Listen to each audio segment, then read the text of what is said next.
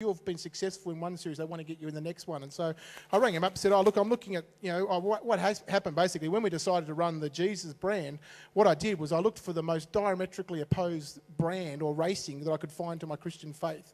And that was the Ute series. It's Bogan, it's got the Calendar Girls, it's all that sort of stuff that's about Utes. It's the quintessential Australian, Aussie thing. And so we went in the Ute series, and so I rang him up and I said, oh, Barrel, he's a big boy, his name's Barrel, or his nickname's Barrel. And I said, yeah, I'm thinking about joining the Ute series. He goes, oh, great, mate, yeah, fantastic. Yeah, it'd be great to have you. I said, oh, I've got to explain to you about my sponsor, before we sort of, he's not a Christian guy, Barrel. And so he goes, well, yeah. I said, no, but you've got to make sure you're happy with my sponsor. He goes, well, who's your sponsor then? I said, well, it's Jesus. Jesus? Expletive. Jesus? I said, yeah, Jesus. He goes, Jesus Christ! I said, the one and only. He goes, well, is this Jesus? Does he pay his bills on time?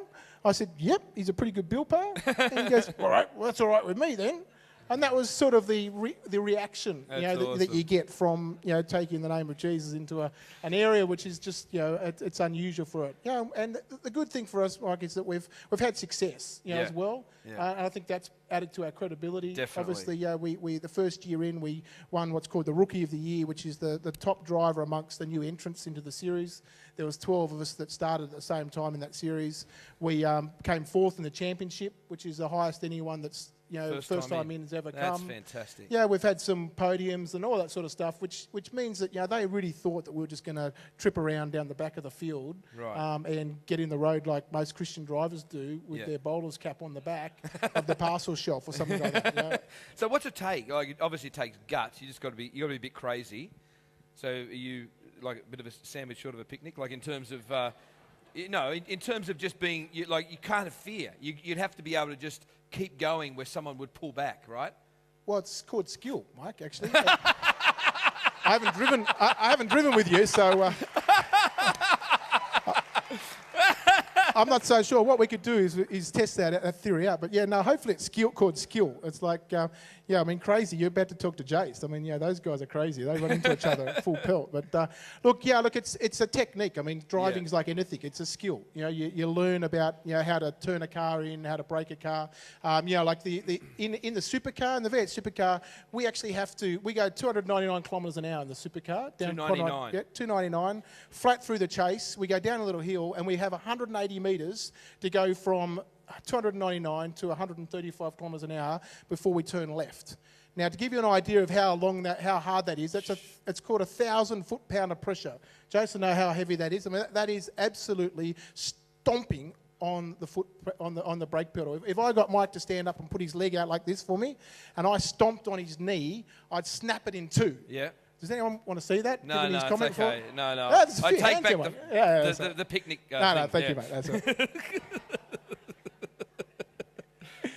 That's amazing. Yeah. So what about some of the reaction? Like you talked about, it's a pretty antagonistic environment, but both within the industry and even outside now, the idea, your wife's idea that she got locked out of the house for has actually not been as silly as maybe was first thought. There's been some amazing responses, both at a general level, but also a personal level as well. Yeah, there has. Tell us Mike. something about some of those. That's about being faithful, isn't it? And you're going to talk a little bit about that tonight, and having integrity in what we do.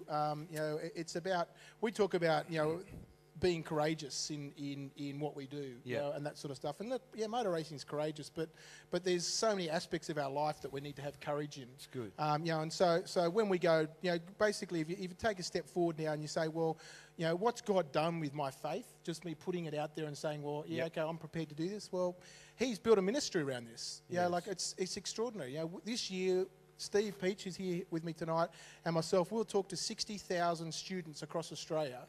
Right, in public schools, right? Not Christian schools. Well, we can get Christian material into there, but we go into the hardest state schools we can find. Fantastic. And we go in and we talk about them being courageous and about, instead of making reflex decisions, a decision they don't think through the consequences of, we talk about being courageous and making courageous decisions about life. That's awesome. And obviously one of that major decision, that courageous decision, is one of those decisions is about their faith and about whether there's a God.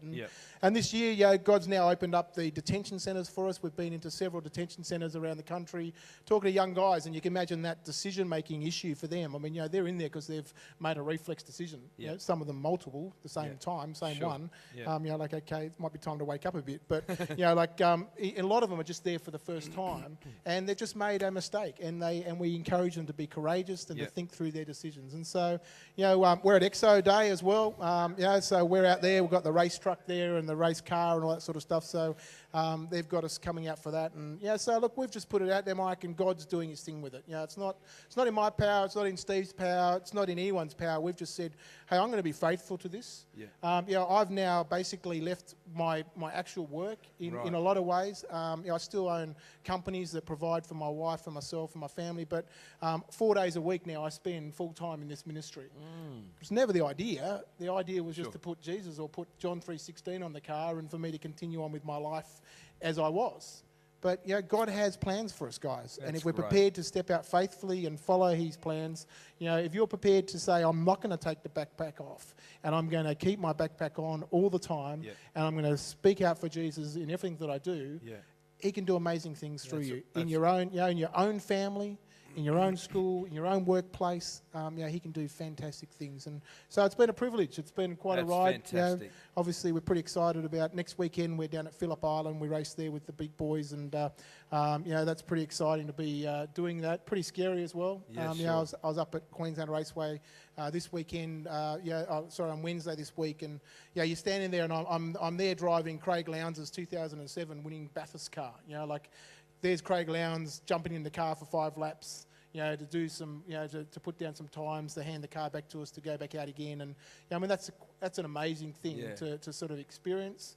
We know that God will really use this for His purposes. That's and, great. I didn't even have the right license to do it. This just came from God. We got the phone call, and the first thing I thought is, oh no, I don't even have the right license to actually race. You need an international license for Bathurst. So we had to ring him up and get permission and say, can will you give me an international license? Yeah, we'll give you that. Wow. And it happens to be Jesus All About Life. I don't know if you guys know about Jesus All About Life, but happens to be smack bang in the middle of that campaign that we'll be racing with the Jesus All About Life branding on a V8 supercar at Bathurst. That's fantastic. If that's not God's hand in it, that's then brilliant, mate. There's nothing is. Fantastic. Do you have, probably final question, do you have a favourite personal story of maybe a bloke that given the Jesus All About Life thing and it started to open up maybe on the side to you, sort of like, hey, look, there's two things. We're what we call an impact ministry, right? Which means we go in and we make an impact, right? And so we're about challenging people about the person of Jesus, and so we do that on a big scale. Obviously, 30 million across